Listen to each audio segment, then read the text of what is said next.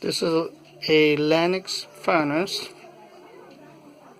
and today I'm going to replace the damper door or damper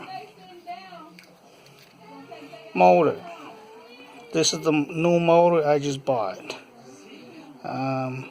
Normally this door is supposed to open when the furnace calls for heat. This is supposed to open before the big frame come on.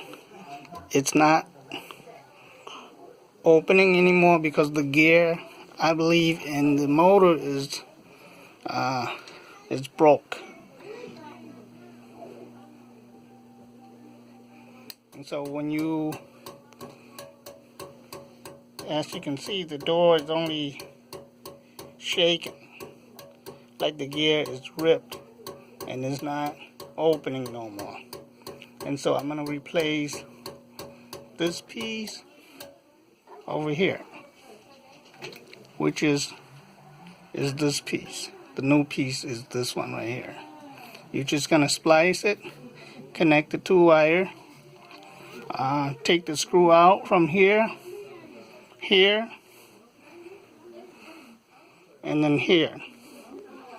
You just slide the door out from the two plastic piece here, and then you just remove this piece out, put the new one in the same position, connect it, your wire, put it in the same way, just put your screw back,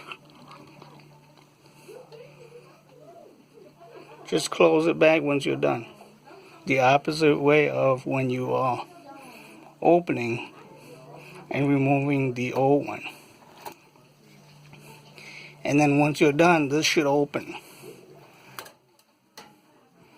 and then you should have your big frame ignite.